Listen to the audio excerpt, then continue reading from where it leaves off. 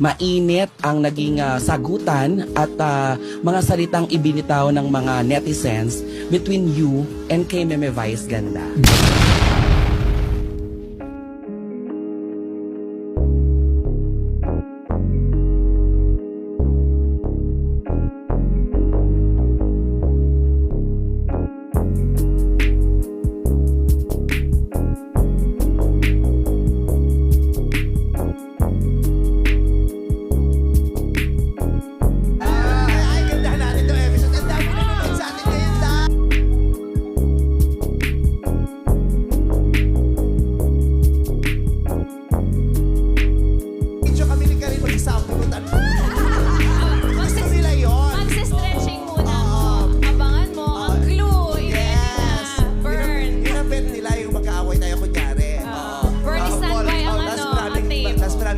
Like para involve sila.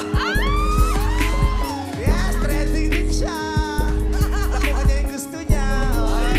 Na talaga kuya. Anyway, let's go. Binention ako without even reading it. Like lang ng like. Ano yan, etiquette yan eh. Pag binanggit ka, like mo lang. Totoo naman. So like lang ako ng like. Yung pala yung mga nilalike ko ng mga ibang comments were comments against Vice. So, nalaman niya. O napaabot sa kanya. Nakarating sa kanya. Hindi ko alam kung ano yung laman ng mga comment na yun eh.